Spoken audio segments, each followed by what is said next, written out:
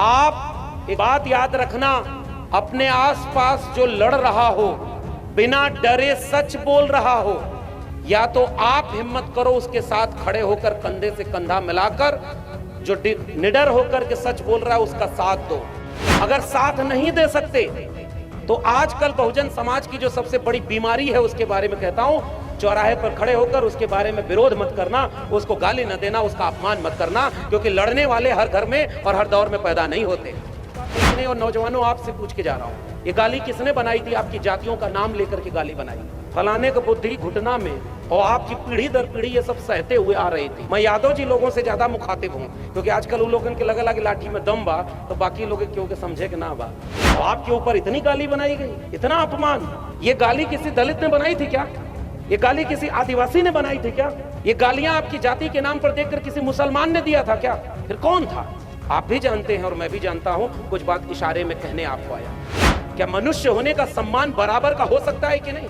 आप चौराहे पर जाओ और आज आपको कोई गाली दे दे, आपको दिन भर नींद नहीं आएगी, चैन से बैठेंगे नहीं, और अगर आपके हाथ में ताकत होगी तो कोर्ट मुकदमा करवाओगे, कोई अगर थप्पड़ मार दे तो उसको जेल भिजवाओगे, आप अगर ताकतवर हो तो उसको अगले चौराहे पर थप्पड़ मारोगे। क्या आप अपना अपमान सह सकते हो क्या? हमारी पीढ़ियों ने अपमान सहा है। आजकल के नौजवानों को लगता है कि धर्म खतरे में है, ये वाली बात कहकर के वो डंडा लेके धर्म बचावे चल जाता हूँ, और उनका परिवार खतरा में है, उनके पता नहीं। खटिया बनाया किसने? जो बैठता था उसको बनाने आता था? सही सही बताना। खटिया बनाने आता था, अनाज पैदा करने आता था, कपड़ा बनाने आता था, लोहे का काम करने आता था, लकड़ी का काम करने आता था, मिट्टी से बर्तन बनाने आता था। जब कुछ आता ही नहीं था तो वो राज कैसे करते थे? गुलाम बना। और जो कमेरा लोग थे, जो मेहनत करते थे, उन्हीं को समझा दिया कि हम चूंकि बड़े हैं, आप छोटे लोग हो, छोटी जाति है, आप किस बात के हमारे सामने आप बैठे हो, यही कम है क्या? ऐसा था ये भारत बटा हुआ।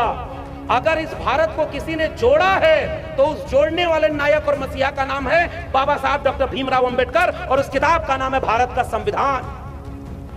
क्योंकि जो लोग रिसर्च करते थे, धीरे धीरे इस देश में उनको गुलाम बना लिया गया।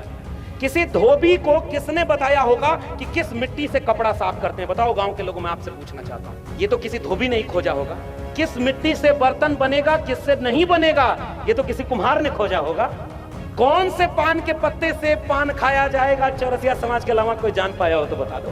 कौन से खेत में कौन सा अनाज पैदा होगा, कौन सी वनस्पति खा सकते हैं और कौन सी नहीं खा सकते, ये किसी किसान कमेरा और खेत में काम करने वाले खेतीहर ने बताया होगा। यानी जो रिसर्च करता था उसने इस देश को खोज करके दुनिया को खूबसूरत बनाया। जब आधुनिक विश्वविद्यालय बने तो आपके बच्चे बताओ उस यूनिवर्सिटी में पढ़ने जाते हैं जहां रिसर्च होता है? बाहर।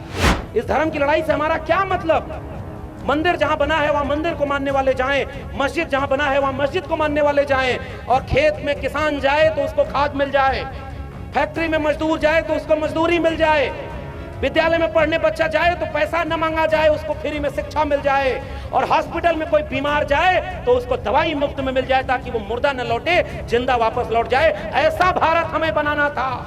और आज कैसा भारत बना रहे हैं? जाओ हॉस्पिटल में जाकर देखो किसके लोग लाइन लगा रहे हैं और वहां पर मर रहे हैं। अगर आपकी जेब में पैसा है तो जाओ दिल्ली बंबई अपना इलाज करा लो, आपको सब कुछ मिल जाएगा।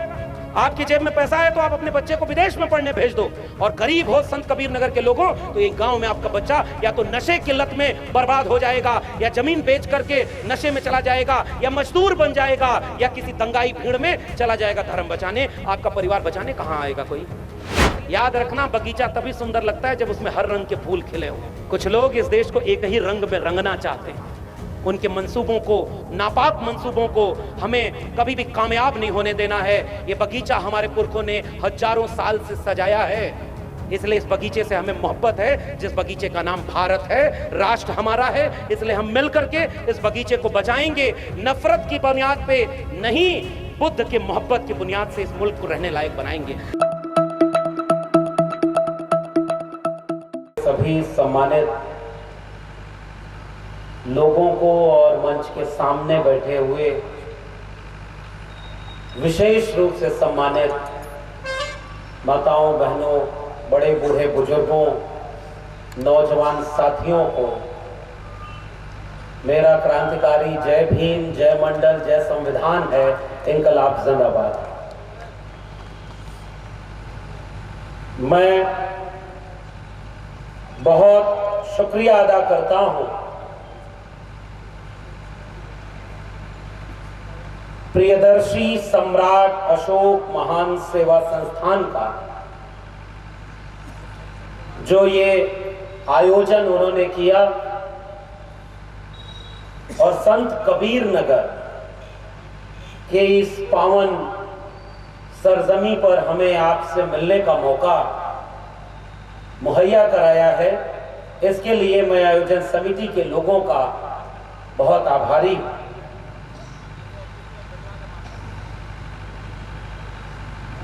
इस कार्यक्रम में आने का जो जरिया बना, उन लोगों का कहना था कि एक बुद्ध विहार बना है और हम धम्म दिवस मनाएंगे, और ये बहुत दूर एक जगह थी, लेकिन इन लोगों का प्रेम और अपनापन हमें यहाँ खींच ले आया। इसके लिए भी हम आभारी हैं। जब ये कार्यक्रम अभी चलना था, अभी 2-3 बजे गांव के किसान कामगार कमेरा लोग हैं, वो जब तक आते तब तक इस कार्यक्रम को खत्म होना है, क्योंकि हमें 3 बजे तक गोरखपुर पहुंचना है। गोरखपुर फ्लाइट पकड़ने पहुंचना है और कोई दूसरा काम नहीं, क्योंकि गोरखपुर दूर है यहाँ से। तो इसलिए मेरे पास अगले आधे घंटे हैं आपसे बातचीत करने का। और इस खेद के साथ कि अभी थोड़ी जल्दी में हम बातचीत करके चले जाएंगे, लेकिन एक वादा आप लोगों से जरूर हम करना चाहते हैं कि इसकी भरपाई के लिए एक बार विधिवत फिर से आयोजन होगा और हम पूरे दिन के लिए आपके बीच में आएंगे। तो ये वादा हम आपके करके जा रहे हैं, और इसलिए थोड़ी सी बातचीत आप लोगों के बीच में। मंच पर बहुत सम्मानित लोग बैठे हैं, बहुत सारे लोग अपनी बात कहना चाहते रहे होंगे और कह नहीं पाए होंगे, उनकी तरफ से भी माफी। और आप सामने वर्किंग डे है, काम का दिन है, और जितने लोग हैं ये सब काम करने वाले लोग हैं। अपना जरूरी काम जीवन का छोड़ करके आप यहां पर आए हैं, तो इसका मतलब आप ये समझते हैं कि इस कार्यक्रम की कुछ ज्यादा अहमियत है। कुछ कुर्सियां खाली हैं, जिनके लिए ये कुर्सियां लगाई गई हैं अभी शायद वो जागे नहीं हैं, किसी भ्रम में, किसी झूठ में, किसी धोखे में, कहीं और वो इस समय होंगे जिनको यहां होना चाहिए। इस कार्यक्रम में आए हुए आप तमाम कमेरा लोगों, जब इस कार्यक्रम से लौटना तो बताना कि तुम्हारे लिए वहां जो कुर्सी लगी थी वो खाली थी, जिस जगह पर तुम्हारे बच्चों के भविष्य के लिए बात हो रही थी, जिस जगह पर भारत के संविधान पर बात हो रही थी, जिस जगह पर समाज को जोड़ने, प्रेम मोहब्बत से आगे बढ़ाने, हक अधिकार समानता की बात करने के लिए, न्याय दिलाने के लिए जब कोई कार्यक्रम होता है तो जल्दी कोई मदद नहीं करता, कोई बढ़कर के सामने आना नहीं चाहता है। उनको लगता है कि अगला विधानसभा की तैयारी कर रहे हैं इसलिए कार्यक्रम कर रहे होंगे। हमारे समाज में यह मान्यता बना दी गई। सामाजिक कार्यक्रम अब कम होते हैं, राजनीतिक पार्टी, राजनीतिक दल अपने तरह से कार्यक्रम करते रहते हैं, लेकिन समाज बदलने का काम राजनीति से ज्यादा बड़ा और जरूरी होता है। इसलिए ये कार्यक्रम जिसने भी पूरी आयोजन समिति ने किया होगा, आप एक बात याद रखना, अपने आसपास जो लड़ रहा हो, बिना डरे सच बोल रहा हो, या तो आप हिम्मत करो उसके साथ खड़े होकर कंधे से कंधा मिलाकर, जो निडर होकर के सच बोल रहा है उसका साथ दो। अगर साथ नहीं दे सकते तो आसपास के लोगों से कहना कि उस निडर और लड़ने वालों का साथ दें। अगर आप लोगों को समझा भी नहीं सकते कि साथ दो, तो उसके लिए माहौल बनाना, उसकी आर्थिक मदद कर देना, और यह भी नहीं कर सकते तो तो आजकल बहुजन समाज की जो सबसे बड़ी बीमारी है उसके बारे में कहता हूं, चौराहे पर खड़े होकर उसके बारे में विरोध मत करना, उसको गाली न देना, उसका अपमान मत करना, क्योंकि लड़ने वाले हर घर में और हर दौर में पैदा नहीं होते। बहुत थोड़े से लोग होते हैं जो लड़ना चाहते हैं, हिम्मत करते हैं, और जब जरूरत पड़ती है हिम्मत करने वाले के साथ खड़ा होने की तो जल्दी कोई खड़ा नहीं होता। लोग चाहते हैं कि हमारे हिस्से का सच भी डॉक्टर लक्ष्मण यादव बोल दें। उनको एक नौकरी मिली थी, वो भी चली गई, और क्या छिनवाना चाहते हैं। लेकिन हमको इस बात का कोई गुरेज नहीं है। नौकरी मिली, एक गाय भैंस चराने वाले परिवार का बच्चा, एक किसान परिवार का बच्चा आजमगढ़ से निकलकर इलाहाबाद यूनिवर्सिटी पहुंचकर यूनिवर्सिटी टॉपर होता है, गोल्ड मेडलिस्ट होता है, दिल्ली यूनिवर्सिटी में पहुंचकर पीएचडी करता है, 21 साल की उम्र में प्रोफेसर बनता है, 14 साल प्रोफेसर रहता है। वो अपने दम पर होता है, किसी के एहसान और किसी के रहमो करम पर नहीं होता। परिवार वालों की मेहनत, उनका संघर्ष, मेरे परिवार वालों को कम से कम ये पता था कि मुक्ति अगर कहीं है तो शिक्षा से है, इसलिए उन्होंने पढ़ाया। तो बहुत दिन तक तो ये लगा कि परिवार वालों के चलते हम पढ़ करके यहां तक पहुंच पाए, लेकिन जब असली चेतना की पढ़ाई आई तब हमने ये समझा किसान, कुम्हार, लोहार, बढ़ई, नाई, मोची, निषाद, मल्लाह के परिवार के बच्चे अगर आज यहां तक पहुंचे हैं तो यह संभव ही नहीं होता अगर इस देश में बाबा साहब का संविधान नहीं होता और मंडल कमीशन की रिपोर्ट नहीं होती। संविधान नहीं था तो खटिया पर बैठने में भी जाति देखी जाती थी। बताओ संत कबीर नगर के लोगों, सही है कि गलत है? खटिया सबके लिए थी क्या? खटिया मालिक देख करके नहीं कहती थी कि मेरा मालिक बैठेगा, नौकर नहीं बैठेगा। जाति देख करके कहा जाता था कि हमारे सामने आप बैठ कैसे सकते हो, पैर में चप्पल पहनकर हमारे दरवाजे के सामने चल कैसे सकते हो? बताओ ये गलत है समाज का इतिहास के? सही है। पानी पीने से रोका गया इसी समाज में, देश के दूसरे देशों में आज तक आपको कोई ऐसा अन्याय नहीं मिलेगा।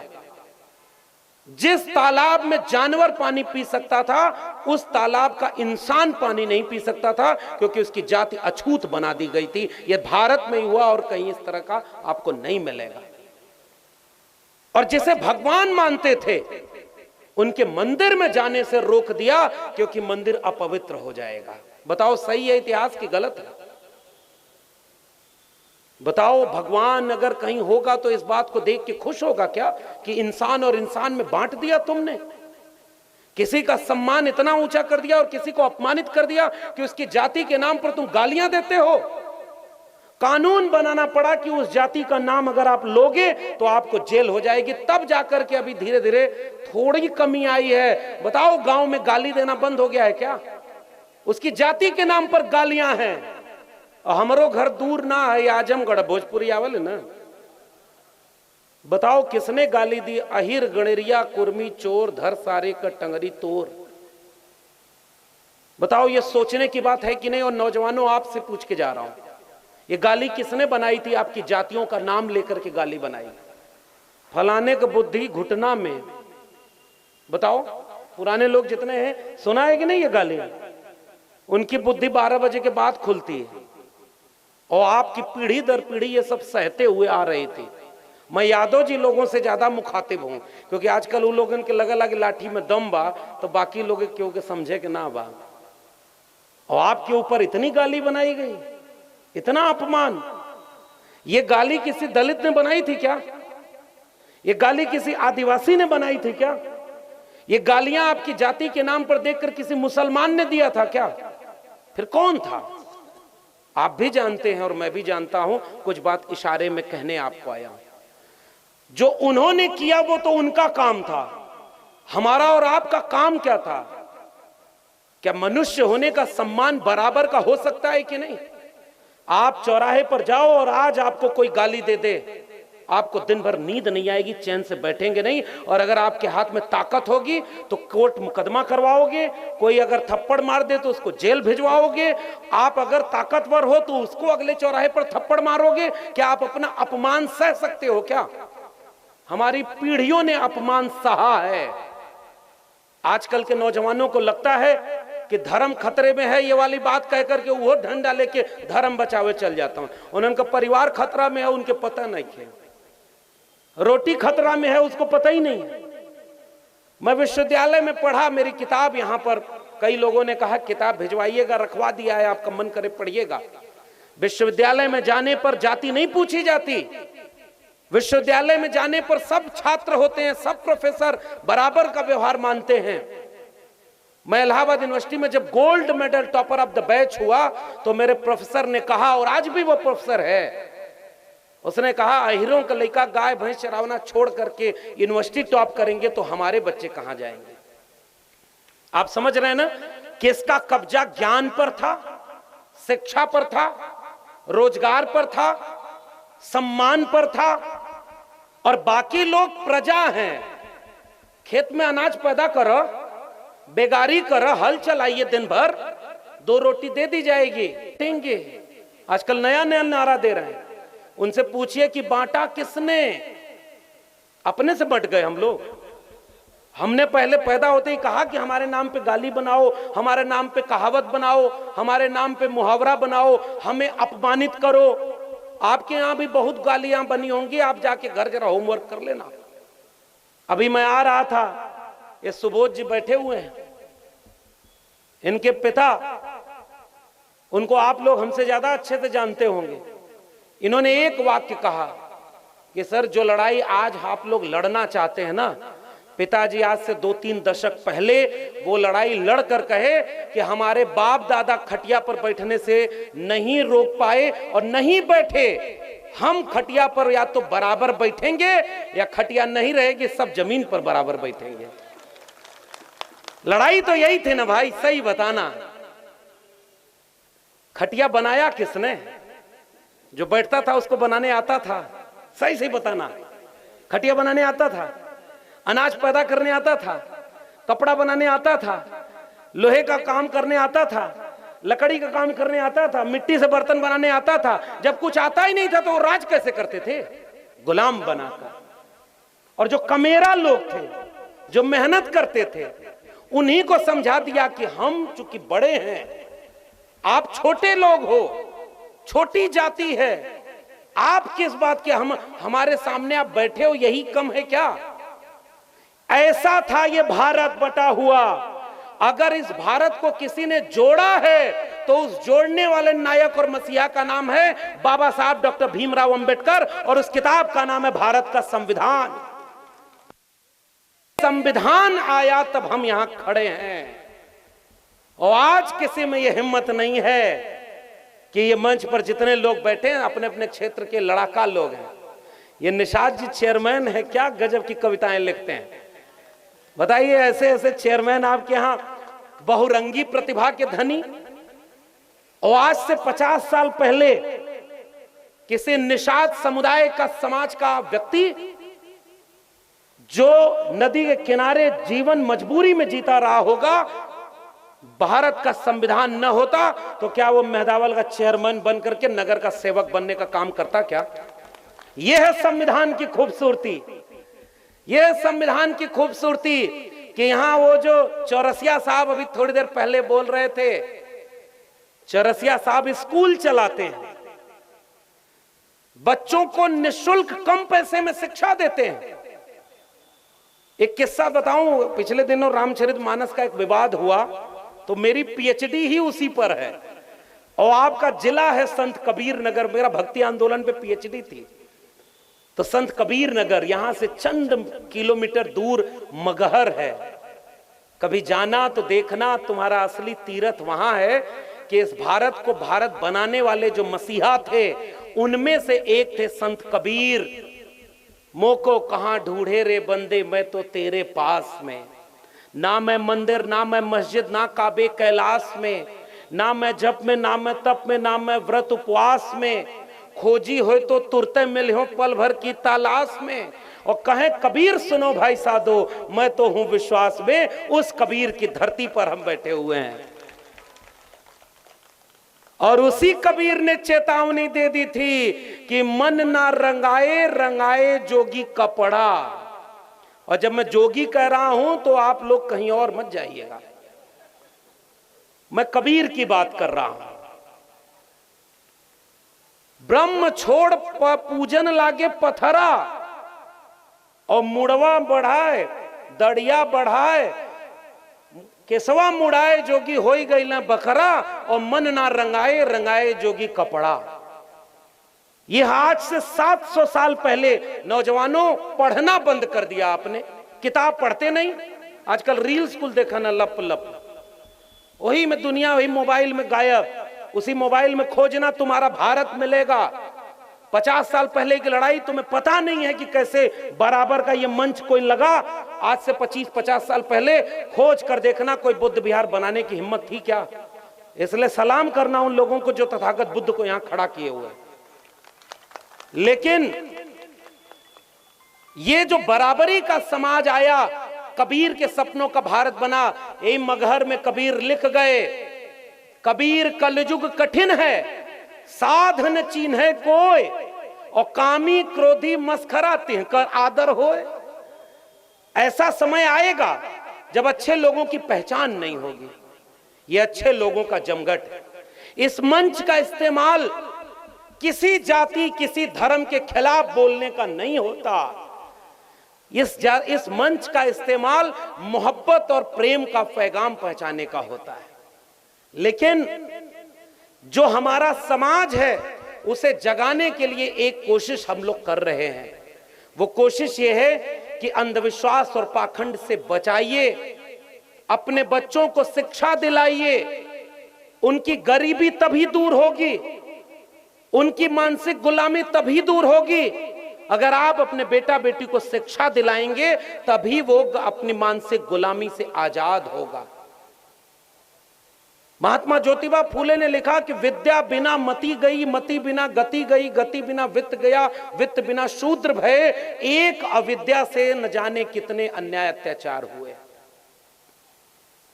संत कबीर नगर मेहदावल के लोगों, जरा पुराने लोग बैठे हैं, सोचकर बताना, आज से 25 साल पहले आपके घरों का कोई बच्चा स्कूल जा पाता था क्या? पैदा हुआ तो या तो किसी के खेत में मजदूरी करने को मोहताज हो गया, या तो चुपचाप अपना कमाने को मोहताज हो गया ताकि रात में उसके घर चूल्हा जले। पहली पीढ़ी पिछले 20 साल में पैदा हुई होगी कि गांव में थोड़ा भी जेब में अगर किसी ने 1 रुपया बचाया तो अब वो सोचता है कि अपने बेटा या बेटी को अच्छे स्कूल में एडमिशन करा दे। आप भी 1 रुपया बचाओगे, और अगर आपको शिक्षा की अहमियत पता है तो आप ये सोचोगे कि अपने बच्चे को अच्छे स्कूल में पढ़ाने भेज दें। जरा बताओ, संत कबीर नगर का कितना सरकारी स्कूल जहां फीस नहीं लगती, नाम मात्र की लगती है, उनमें अच्छी पढ़ाई होती है? बताइए, होती है क्या? यहाँ के सरकारी स्कूलों में अच्छी पढ़ाई होती है? जितने मास्टर होने चाहिए उतने हैं क्या? वहां जितना इमारत होनी चाहिए उतना है क्या? प्राइवेट स्कूल में चले जाओगे, चमचमाती इमारत, बढ़िया फीस, हर दिन का ड्रेस, किताब कॉपी, गाड़ी आती है स्कूल पहुंचाती है, बच्चा आता है घर। दोनों, एक लड़का सरकारी स्कूल में पढ़ा, एक प्राइवेट स्कूल में पढ़ा, बताओ दोनों में से आगे बढ़ने की गुंजाइश किसकी है? जोर से बोलिए ना। यहाँ भाषण थोड़े, कथा थोड़े होता कि एक बार ऐसा हुआ कि जब फलाने जी ने फलाने जी को बताया। आप कहेंगे जी अच्छा सुनिए, एक बार इलाहाबाद में पढ़ाई करता था तो इलाहाबाद में एगो पाखंडी बैठा तो कहा, उसी समय गुजरात में भूकंप आया था, तो कहा जानत हुआ गुजरात में भूकंप कैसे आ गया? तो कहा नहीं, कहा जैसे धरती गोल होती है ना, तो इलाहाबाद में कुंभ लगा तो सारी जनता इधर आ गई, तो इधर से धरती थोड़ा उठ गई। सामने सब कहना अच्छा बाबा, कहा और का? तो चाय पियावो। तुरंत वो सब गए तो बाबा चमत्कारी हुआ। कुल आज से चला था, आजकल टीवी पे नयका नयका बाबा को लागल हुआ। हम छत्तीसगढ़ गए तो एगो नया बाबा और यहाँ घूमत उका, तो 1 लोटा जल सभी समस्याओं का हल। मगर 1 लोटा जल में सारी समस्या का हल है। तो भाई लोटा तो सबके घरे में बा, जल भी यहीं बा। और कबीर लिख गए कि मछली न तरी जेकर जलही में घर बा। कबीर 700 साल लिख गए और हम आज तक नहीं समझ पाए। तो चमत्कार के नाम पे अंधविश्वास फैल गया। और शिक्षा जागरूक करती है, शिक्षा समझदार बनाती है। आज से 50 साल पहले कोई बीमार होता था तो औषधि से उसकी बीमारी ठीक होती थी। आज अगर सर में दर्द भी होगा तो कहोगी कि एक पैरासीटामोल खा लें, बदन दर्द, सर दर्द, बुखार है तो कम होगा। मंत्र नहीं पढ़ते ना। और एक धर्म में नहीं, हर धर्म में पाखंड अंधविश्वास रहता है। विज्ञान और शिक्षा जैसे जैसे आगे बढ़ती है तो जीवन आसान हो गया। आज से सैकड़ों साल पहले पेड़ का पत्ता ओढ़ते थे, आज कपड़ा पहने हुए हो। ये किससे बना है? और एक को कपड़ा जितना आप लोग पहने हुए भी भारत का बना हो तो बता देना। ये जितना कपड़े का रेशम है, एक समय था जो भारत में बनता था, अब सब विदेश से आता है। मैन्युफैक्चरिंग यही होती है। जितना मोबाइल हाथ में लिए हो, एक भी मेड इन इंडिया हो तो बता दो। और सोने की चिड़िया कौन? हम। तो जब सोने की चिड़िया हम हैं तो हमारा सोना कहां गया? क्योंकि जो लोग रिसर्च करते थे, धीरे धीरे इस देश में उनको गुलाम बना लिया गया। किसी धोबी को किसने बताया होगा कि किस मिट्टी से कपड़ा साफ करते हैं? बताओ गांव के लोगों, मैं आपसे पूछना चाहता हूं। ये तो किसी धोबी ने ही खोजा होगा। किस मिट्टी से बर्तन बनेगा, किससे नहीं बनेगा, ये तो किसी कुम्हार ने खोजा होगा। कौन से पान के पत्ते से पान खाया जाएगा, चौरसिया समाज के अलावा कोई जान पाया हो तो बता दो। कौन सी लकड़ी से कौन सा हथियार बनेगा, ये किसी बढ़ई के अलावा कोई और खोज पाया हो तो बता देना। कौन से खेत में कौन सा अनाज पैदा होगा, कौन सी वनस्पति खा सकते हैं और कौन सी नहीं खा सकते, ये किसी किसान कमेरा और खेत में काम करने वाले खेतिहर ने बताया होगा। यानी जो रिसर्च करता था उसने इस देश को खोज करके दुनिया को खूबसूरत बनाया। जब आधुनिक विश्वविद्यालय बने तो आपके बच्चे बताओ उस यूनिवर्सिटी में पढ़ने जाते हैं जहां रिसर्च होता है? बाहर। इसलिए प्रोफेसर की डायरी पढ़ना। जब नई यूनिवर्सिटी बनी तो आपकी यूनिवर्सिटी में कोई निषाद, कोई राजभर, कोई तेली, तमोली, अहिर, कुर्मी, ये कोयरी, ये कोई नहीं वहां है। तो फिर है कौन? देश चलाने वाले मुट्ठी भर लोग। मैं यही कहने आपसे आया हूं। बताओ, अगर आपकी आबादी इस देश में 90% है तो इस देश में विश्वविद्यालय में 90% प्रोफेसर आपके होने चाहिए कि नहीं? सीधा सवाल मेरा है। और ये लड़ाई इसीलिए किसी और के खिलाफ नहीं है, क्योंकि सोए हुए समाज को जगाना हमारी जिम्मेदारी है। जो 14 साल प्रोफेसर रहने के बाद नौकरी से निकाल दिया गया क्योंकि सच बोल रहा था। और ऐसा नहीं है कि किसी ने निकाला, हमने ऐसी नौकरी कबूल नहीं की जिसमें उन लोगों का गुलाम बनने की शर्त थी कि अगर नौकरी पानी है तो उनकी हां में हां मिला दो।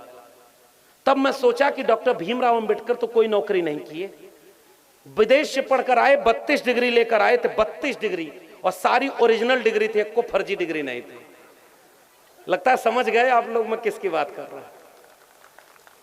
मैं किसी फकीर के बारे में कुछ नहीं बोल रहा। हमारा क्या है जी, हम तो फकीर आदमी है, झोला लेके चल देंगे। ऐसन फकीरी, 1.5 लाख का चश्मा, 10 लाख का सूट, 800 करोड़ का हवाई, 8,000 करोड़ का हवाई जहाज, 8 करोड़ की गाड़ी। ऐसन फकीरी हो तो 2-4 फकीर संत कबीर नगर में हो जाए तो पूरा जिला का कल्याण हो जाए। अरे हमनियों की 2-4 फकीर ऐसा चाहिए कि नहीं चाहिए? अच्छा जे बताओ, आज जी के कथा उथा सुनने जाला, हम उनपे कोनो बात कहना चाहती, विवादित बात, लेकिन एगो बात बताओ, पूरी कथा में अगर ये कल जाए तुम क्या लेकर आए थे, क्या लेकर जाओगे, सब यहीं पड़ा रह जाएगा। क्या तुम्हारा है? जो दिख रहा है वो तुम्हारा नहीं है, वो जो तुम्हारा चला गया वो भी तुम्हारा नहीं है, खाली हाथ जाओगे। कथा खत्म हुई, उधर से आदेश आया, थैली में जो रख के लाए हो कुछ दान करके नहीं जाओगे। तो जब कुछ नहीं लेके आए तो कुछ देने की क्या जरूरत है? नोटबंदी हुई तो पुरानी नोट बंद हो गई, एक आदमी बैंक में नहीं जमा कर पाया, तो सोचा पुरनकी चढ़ाए के खुश कर लें, परलोक बना लें, ले जाके धक्का धक 500 1000 को पुरनकी नोट। भोजपुरी लोगन समझत हुआ कि ना, पीछे पुरान चढ़ावे लगल, ले जाके मालिक खुश हो जाइया, हमें मुक्ति दे दिया। बीच में अचानक एक आदमी आल, हे मूर्ख रुको, ये नोट तो बंद हो गई है 500 1000 की जो तुम चढ़ा रहे हो। वो आदमी कहा कि धीरे बोल, तुमके पता है कि नोट बंद हो गए, हमके पता है कि नोट बंद हो गए, भगवान के थोड़े पता है, चुपचाप चढ़ा ले बेटा। अब यहां से मेरा पैगाम है, उसने कहा भगवान थोड़े ही नोटियां लेते हैं, जो लेता है उसको पता है कि नोट, इतने बस समझदारी चाहिए। भगवान दिल में होता है। किसानों कमेरों आप पहचानो, हमारे भगवान हमारे खेतों में हुआ करते थे। फसल पैदा होती थी तो सबसे पहले फसल की पूजा होती थी। हमने एक एक कदम पर इस प्रकृति को अपना देवता माना है, और इस प्रकृति को पूजने से बड़ा कोई नहीं है। इसलिए आज कोई दुकान चलाने के नाम पर आपको धर्म के नाम पर लड़ाए, 90% कमेरा लोगों, कभी भी किसी मुसलमानों के खिलाफ लड़ाई में आप मत जाना। ये मैं आपसे अपील और गुजारिश करके जा रहा हूं, क्योंकि धर्म की लड़ाई हमारी लड़ाई नहीं है। पहले कहा भारत तोड़ो अभियान, आजकल कुल नया लेके आल हम भारत खोदो अभियान। यहां खोदो, इसके नीचे वो है, इसके नीचे वो है। बुद्ध के धरती पर खड़े होकर मैं कहूं, भंते जी लोग बैठे हुए हैं, इस भारत में अगर गहरी खुदाई करोगे तो सबसे नीचे अगर कोई मिलेगा तो उसका नाम होगा तथागत बुद्ध। उनसे पुराना इस देश में और कुछ मिलेगा नहीं। और अभी मैं कल कुशीनगर से ही आ रहा हूं। बुद्ध का मतलब है ज्ञान। बुद्ध कोई धर्म नहीं चलाते थे, बुद्ध ज्ञान का नाम है, बुद्ध प्रज्ञा का नाम है, बुद्ध करुणा का नाम है, बुद्ध प्रेम का नाम है। बुद्ध नफरत नहीं सिखाते, इसलिए मैं बुद्ध को अपना वैचारिक पुरखा मानता हूं। बुद्ध जाति पाति धर्म मजहब इन सब को खत्म करके इंसान को इंसान के बराबर मानते हैं। और आजकल सब इंसान को इंसान से लड़ाने में लगे हुए, कोई जाति के नाम पर, कोई मजहब के नाम पर, यहां दंगा वहां दंगा, यहां झंडा, उस झंडा को उतारो, इस झंडा को रंग में रंगो। इसी झंडे वाले जब इस भीड़ में आपका बच्चा जाता है तो गोली मारता है और मारा जाता है। बताओ इस दंगे में किसी नेता का बच्चा मरा क्या? अरे बताओ, ये कठिन सवाल है क्या? किसी नेता का, किसी बड़े उद्योगपति का, कोई डॉक्टर इंजीनियर वकील प्रोफेसर जज, उनका बच्चा धर्म बचाने जाता है क्या? तो गरीब का बच्चा धर्म बचाने सबसे पहले जाता है, क्योंकि उसके घर में कुछ और बचा ही नहीं। वो बचाएगा क्या? शिक्षा बची नहीं, रोजगार उसके घर में है नहीं, जगह जमीन बची है उसको बेच बेच के। आपके यहाँ हवा वाली बीमारी है कि ना? हर शाम होते ही थोड़ा सा शाम हुई नहीं कि माहौल टाइट। और सबसे ज्यादा उसमें किसके घरों के बच्चे बर्बाद हो रहे हैं, मैं आपसे पूछ के जा रहा हूं। हर दूसरे तीसरे घर में एक आदमी लेकर के पूरा परिवार बर्बाद कर रहा है कि नहीं? क्योंकि उसके शिक्षा नहीं पहुंची, चेतना नहीं पहुंची, समझदारी नहीं पहुंची। उसको पता ही कहां है कि खतरे में इस देश का संविधान है, खतरे में कलम और किताब है, और दूसरी कोई चीज खतरे में नहीं है। इसलिए शिक्षा बचाना, कलम और किताब बचाना, यह आपसे गुजारिश करके जा रहा हूं। और इसके लिए प्रोफेसर की डायरी खरीद करके पढ़ना। शिक्षा बर्बाद हो रही है, महंगी हो रही है। अभी वो चौरसिया साहब जब बोल रहे थे 50,000 में जो डिग्री मिलती थी अब 5 लाख रुपया हो गया। आप उधर देखते ही नहीं हो, क्योंकि आपको इतना पहले गरीब बनाओ, कमजोर बनाओ कि आप दिन भर कमाओगे नहीं तो रात को आपके यहाँ चूल्हा नहीं जलेगा। तो बताओ आप कैसे संविधान बचाने की बात करोगे? कौन पढ़ाने की बात करेगा? इसलिए मैं संत कबीर नगर के लोगों पहली गुजारिश करके जा रहा हूं, भूखे रहना, प्यासे रहना, एक कपड़ा कम पहनना, एक रोटी कम खा लेना, किसी पाखंड में 1 रुपया दान मत करना, 1-1 रुपया जोड़ करके अपने बच्चों को शिक्षा जरूर दिलाना, कलम और किताब खरीद करके लोगों को पढ़ने के लिए जरूर देना। अगर शिक्षा नहीं मिली तो आने वाली पीढ़ी गुलाम पैदा होगी। यह आपको एक निकाला हुआ प्रोफेसर आपको बता के जा रहा है, और हमको पता है शिक्षा का मतलब क्या होता है। शिक्षा जागरूक करती है, चेतना पहनाती है, संपन्न करती है कि क्या सही है क्या गलत है। शिक्षा बताती है कि कोई कितना भी झूठ बोले, गोबर खाने वाली चीज नहीं है, हलवा खाने वाली चीज होती है। बताओ समझ गए कि नहीं इशारा? आजकल नई नई रील्स चलत बा, लोग कुल देखल ऐसे। एगो रील्स देखा था नहीं, वहां एगो रोटी में गोबर लगा के कहता गोबर खाइए कुल बीमारी ठीक हो जाएगी। हमारे पुरखे बहुत कमजोर रहे होंगे, अनपढ़ रहे होंगे, लेकिन मूर्ख नहीं थे, किसी ने गोबर नहीं खाया था। आजकल कुल गोबर खियावल चाहता हूं पूरा देशवा के। बतावा गोबर खइबा? जोर से बोला। अगर शिक्षा बर्बाद हो गई तो पीढ़ियों को गोबर खाने पर मजबूर होना होगा, क्योंकि चेतना फिर खत्म हो जाएगी, समझदार होगा नहीं आदमी, अंधविश्वास में जाएगा। इसलिए मैं आपसे गुजारिश करके जा रहा हूं, पढ़ना, पढ़ाई करना और बच्चों को पढ़ाना। उसके लिए क्या चाहिए होता है? किसी सांप्रदायिकता की नफरत की आग में मत जाना। किसी भी अन्य तरह की जांच में मत जाना। जिस सम्राट अशोक के बारे में यह सम्मेलन हो रहा है, जरा इतिहास पढ़ करके हमको बताना कि कौन थे सम्राट अशोक। सम्राट अशोक अखंड भारत बनाने वाले, तथागत बुद्ध के सबसे पहले उनकी तलवार में इतना दम था कि जब राजा बन के युद्ध लड़े तो कलिंग में कहते हैं कि उस नदी का पानी भी लाल हो गया, लेकिन जब तलवार रख करके बुद्धिज्म का परचम उठाया तो बुद्धिज्म भारत ही नहीं दुनिया के जाने कितने देशों में फैल गया। और आज भी दुनिया में सबसे पहली ज्ञान की रोशनी अगर किसी को माना जाता है तो वो तथागत बुद्ध को माना जाता है। ज्ञान की रोशनी, क्योंकि वहां ज्ञान है, अंधविश्वास नहीं है। बुद्ध ने जो लिखा है वो उपदेश मिलता है। सम्राट अशोक ने उसे आगे बढ़ाया है, लिखा हुआ इतिहास। इसलिए आपसे मेरा वक्त चूंकि बहुत खत्म हो गया, मुझे अभी तुरंत अगले 5 मिनट में यहां से निकलना होगा। जब ये कार्यक्रम थोड़ा बन रहा था उसी समय यहां थोड़ा मुश्किल हो रही है। मैं आपसे केवल ये कह के जा रहा हूं, किसी भी तरह के अंधविश्वास से, पाखंड से, अंधविश्वास से बचना है तो शिक्षा जरूरी है।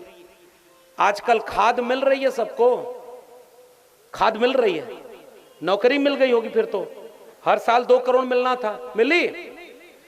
मेरे गांव में आजमगढ़ में 15 साल पहले 15 लोग सरकारी नौकरी करते थे और किसी धार्मिक यात्रा में कोई नहीं जाता था। एक आध कोई चला गया वो बात अलग, सब क्योंकि दिल में मानते थे जिसको मानना है। दीपावली दिल में मनाते थे, हमारे खेतों में सारा त्योहार होता था। आज 15 साल बाद सरकारी नौकरी जिसकी थी वो रिटायर हो गया। नौजवानों में किसी को नौकरी मिली नहीं, सारे किसी दूसरे शहर में जाकर मजदूरी कर रहे हैं और बाकी सारे जो गांव में बचे हैं वो सब किसी न किसी यात्रा पर निकल जाते हैं। ये क्या आपको आगे आने वाले भारत में विनाश नहीं दिख रहा है? जिन बच्चों को शिक्षा लेना था, जिन बच्चों को रोजगार पाना था, जिन बच्चों को आगे बढ़ना था, इस देश में 596 कुलपति हैं। 6 कुलपति शेड्यूल कास्ट के हैं, 6 कुलपति शेड्यूल ट्राइब के हैं, 36 ओबीसी के हैं और आबादी कितनी 90% है। यानी 100 में 90 कुलपति ओबीसी एससी एसटी होने चाहिए थे। ये ओबीसी की इतनी जातियां हैं, जाते हैं। अपने हाथ का बना हुआ गमछा हमें भेंट किया यहां पर आए हुए। ये सारे वो लोग हैं जिनका मजहब भले अलग हो लेकिन पेशा, काम, संस्कृति वो सब एक होती है। इसलिए संविधान भी एक मान करके पसमानदा समाज को, दलित, पिछड़े, आदिवासी समाज को जोड़ करके 90% की हम बात करते हैं।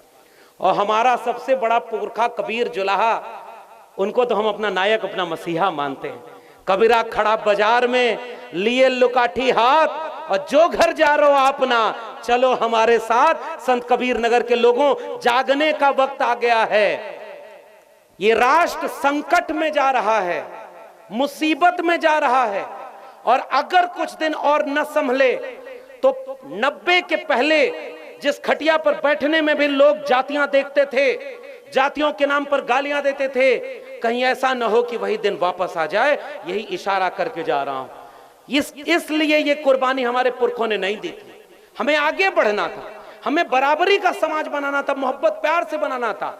आप अपनी जाति को बड़ा कहते हो, आप अपनी जगह रहो, लेकिन हमारी जातियां किसी से छोटी नहीं है। वो संविधान के नाम पर सब बराबर हैं। इसीलिए कुछ लोग आज चाहते हैं कि संविधान को ही बदल दो।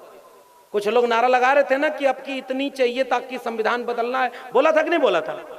और बोला, बताइए, संविधान बदलने वाले भी इस देश में आज भी राज कर रहे हैं। संविधान नहीं था तो खटिया सबके लिए बराबर नहीं थी, संविधान नहीं था तो शिक्षा सबके लिए बराबर नहीं थी, संविधान नहीं था तो तन पर कपड़ा सबके लिए एक जैसा नहीं था, संविधान नहीं था तो सम्मान सबके लिए बराबर नहीं था। संविधान आया तो ये सब मिला। इसलिए सबसे बड़ा खतरा अगर आज की तारीख में किसी पर है तो वो संविधान पर है। पिछले 50 साल का इतिहास खोजना, समाजवादियों ने, अंबेडकरवादियों ने जो लड़ाई लड़ी थी, जिसमें समता की चाह नहीं, वह बढ़िया इंसान नहीं, समता बिना समाज नहीं, बिन समाज जनराज नहीं। समाजवादियों का नारा कितना बुलंद था, जो जमीन को जोते बोए वो जमीन का मालिक होए, 100 से कम न 1000 से ज्यादा समाजवाद का यही तकाजा। मिटे गरीबी और अमीरी, मिटे चाकरी और मजबूरी, दो बातें हैं मोटी मोटी, हमें चाहिए इज्जत रोटी, रोटी कपड़ा सस्ती हो, दवा पढ़ाई मुफ्ती हो। ये लड़ाई लड़ी गई थी इस देश में, लोग शहीद हुए इसके लिए भाई। संसोपा ने बांधी गांठ, पिछड़ा पावे 100 में 60, उस नारे को आगे बढ़ाया बहुजनों। 90% लोगों, 100 में 90 शोषित हैं, शोषितों ने ललकारा है। धन धरती और राजपाट में 90 भाग हमारा है, 10 का शासन 90 पर नहीं चलेगा, नहीं चलेगा।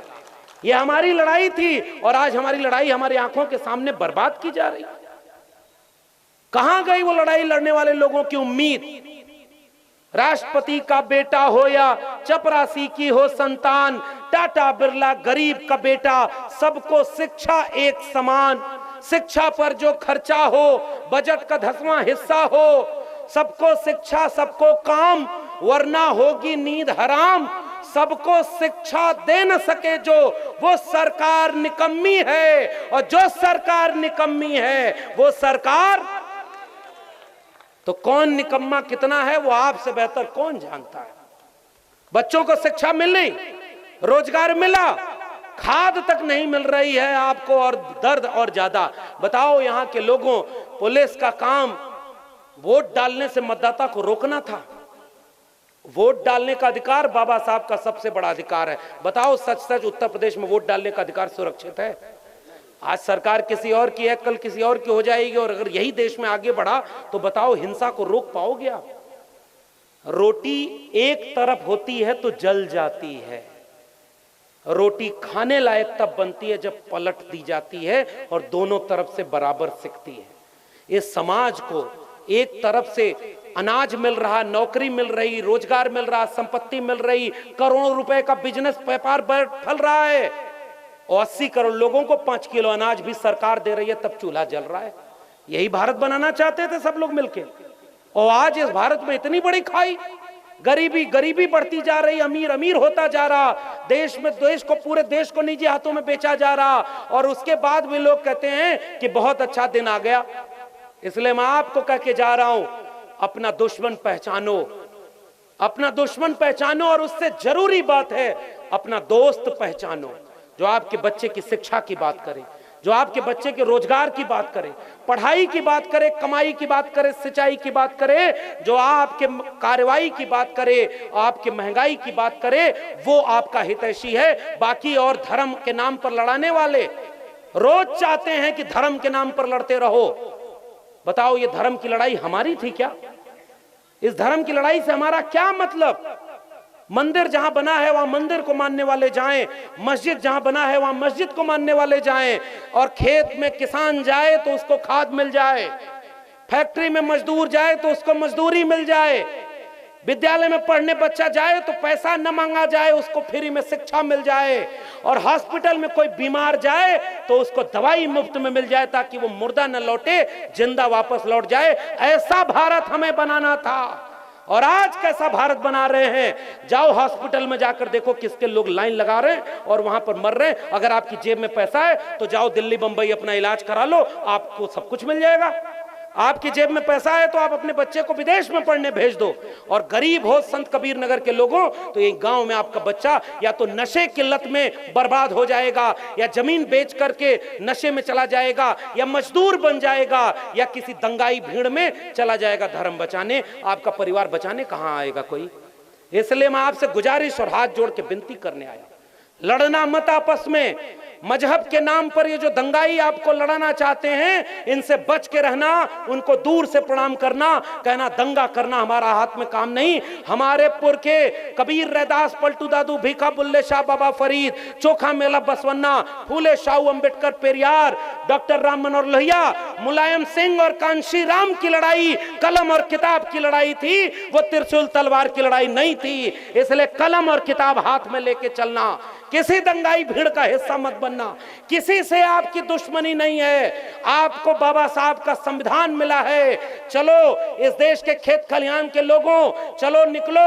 ये लखनऊ दिल्ली में तुम्हारे लोग नहीं बैठे हैं, वहां तुम्हारे लोग हैं ही नहीं। तुम्हारे लोग गांव में बीमार बैठे हैं, लाचार बैठे हैं, बेरोजगार बैठे हैं। आबादी 90% है और रोज हिंदू मुसलमान के नाम पर लड़ने के लिए तैयार बैठे हैं। यही भारत बनाना चाहते थे। जितना माला पर पैसा खर्च किए हैं, अगली बार इतने पैसे की फ्री में किताब इन लोगों को बंटवा दीजिएगा, इससे बड़ा सम्मान हमारा और कुछ नहीं होगा। लेकिन आपने जो सम्मान दिया है, ये समाजवादी, अंबेडकरवादी और संविधान को मानने वाले गुलदस्ता के लोग बैठे हैं। याद रखना, बगीचा तभी सुंदर लगता है जब उसमें हर रंग के फूल खिले हों। कुछ लोग इस देश को एक ही रंग में रंगना चाहते हैं।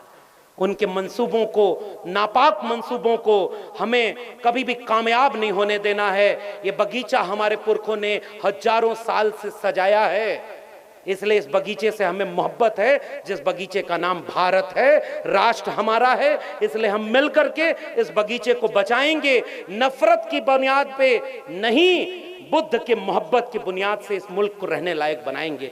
50 साल बाद आने वाली पीढ़ी क्यों याद करेगी हमको, आपको, कि जब देश में संविधान बर्बाद हो रहा था तो आप क्या कर रहे थे? नौकरी बचा रहे थे। ये प्रोफेसर की डायरी पढ़ना यहां रखी हुई है। मैं भी चाहता तो नौकरी बचा रहे, 1.5 लाख रुपया तनख्वाह थी भाई। मेरे घर वाले आज भी नाराज हैं कि इनकर लगा था कुछ गड़बड़ हुई, ढेर बोलन आजकल, इसलिए हमको भी दिक्कत है, हमको भी जान जोखिम में लेके बोलना पड़ता है। जान जोखिम में लेके जो सच बोल रहा हूं वो इस देश के अखबार नहीं लिख सकते। इसलिए याद करना, यार मक्तल से बहरहाल गुजरना होगा। ये चेयरमैन साहब निशाद जी आपके लिए, और हमारे अंसारी साहब बैठे हुए हैं, पूरा समाज यहाँ बैठा हुआ है, कि यार मक्तल से बहरहाल गुजरना होगा, बच गए हम तो किसी और को मरना होगा। ये मेरा पैगाम है, याद रखना। कुर्बानी भगत सिंह ने दी तब भारत आजाद हुआ, कुर्बानी अशफाक उल्लाह खान ने दी तब ये मुल्क आजाद हुआ, कुर्बानी इस देश के कमेरा लोगों ने दी, इसी दिन रात के लिए दी कि मस्जिद के नीचे से मंदिर खोदोगे। अरे क्या जरूरत है यार, जिसको जहां पूजना है पूजो। अरे इस देश के बच्चों को रोजगार तो दे दो, शिक्षा तो दे दो, वो अपना इबादत अपने दिल में कर लेगा। लेकिन इसलिए ये जो खतरा है, इसको खतरे को सच बोलने की हिम्मत तो आपको करनी पड़ेगी। आई मत सोचिए कि कुल लक्ष्मण यादव बोल रहे दुश्मनी ये मोल ले, हमने चुपचाप अपन घरे चल जा, क्यों देखा वहां गल ना, हम ना रही वहां, हम तो यहाँ आए अपन न बिगड़ है। भगत सिंह सब चाहते हैं पैदा हो, लेकिन अपने घर में, पड़ोसी घरे में। तो इतना तो हम समझ में आ रहा, लेकिन हम किसी और के लिए नहीं लड़ रहे, अपने लिए लड़ रहे। अक्संत कबीर नगर से विधायकी चुनाव ना लड़ेंगे हमके, उसके लिए बहुत योग्य लोग बैठे हैं। लेकिन मैं आपसे कह के जा रहा हूं कि यार मक्तल से बहरहाल गुजरना होगा, बच गए हम तो किसी और को मरना होगा। टाल देने से कोई मसला हल नहीं होता, एक न एक दिन कोई फैसला लेना होगा। अगली नस्लों को तबाही से बचाने की खातिर जो भी करना है, इसी नस्ल को करना होगा। ये इसलिए मैं आपसे कह के जा रहा हूं, और इसकी बात को कहने के लिए मैं आपसे ये बात केवल कह के जा रहा हूं कि हाकिम शहर क्यों किसी बात पर गौर करे, उसकी मर्जी है, जिसे चाहे उसे ठौर करे। सोचते सब हैं कि बगावत है जरूरी, लेकिन चाहते ये हैं कि आगाज कोई और करे। तो कोई और लक्ष्मण यादव बोले, उसी की नौकरी जाए, उसी का सब हो। लेकिन मैं एक बात सोचता हूं, हमारे पिछली पीढ़ी के लोग कुर्बानी न दिए होते तो हम यहां नहीं होते। आज से 25 साल बाद, 50 साल बाद जब आने वाली पीढ़ी हमसे पूछेगी कि जब ये संविधान पर खतरा था, इस देश को सांप्रदायिकता के नाम पर लड़ाया जा रहा था, तो तुम क्या कर रहे थे? सीना तान के बताऊंगा कि इस देश के अंबेडकरवादियों, समाजवादियों, संविधानवादियों के साथ कंधे से कंधा मिलाकर इस देश को बचाने की लड़ाई में आगे बढ़ा हुआ था। इसलिए संत कबीर नगर के लोगों, महात्मा कबीर को याद करते हुए मैं आपसे विदा लेना चाहता हूं। याद रखना, एक जंगल में आग लगी, एक चिड़िया अपने चोंच के एक बूंद पानी से वो आग बुझा रही थी, और बाकी चिड़िया चुपचाप हंस रही थी कि तुम्हारे चोंच के एक बूंद पानी से जंगल की आग बुझ जाएगी। उस चिड़िया ने जो जवाब दिया वो मेरा जवाब मानकर जाना। इस आयोजन समिति के उन तमाम लोगों का ये पैगाम मानकर जाना। उस चिड़िया ने कहा कि मुझे पता है कि इतने बड़े जंगल की आग बुझ नहीं सकती मेरे चोंच के बूंद पानी से, लेकिन मैं जो काम कर रहे हैं वो इसलिए क्योंकि जब इस जंगल की आग का इतिहास लिखा जाएगा तो मेरा नाम आग लगाने वालों में नहीं, आग बुझाने वालों में शामिल माना जाएगा। इसी उम्मीद के साथ अपने पुरखे कबीर को यहां से क्रांतिकारी सलाम करता हूं, महात्मा ज्योतिबा फूले, सावित्रीबाई फूले को सलाम करता हूं, तथागत बुद्ध को यहां से नमन करता हूं और अपने समाजवादी अंबेडकरवादी लोगों को याद करके विदा लेता हूं।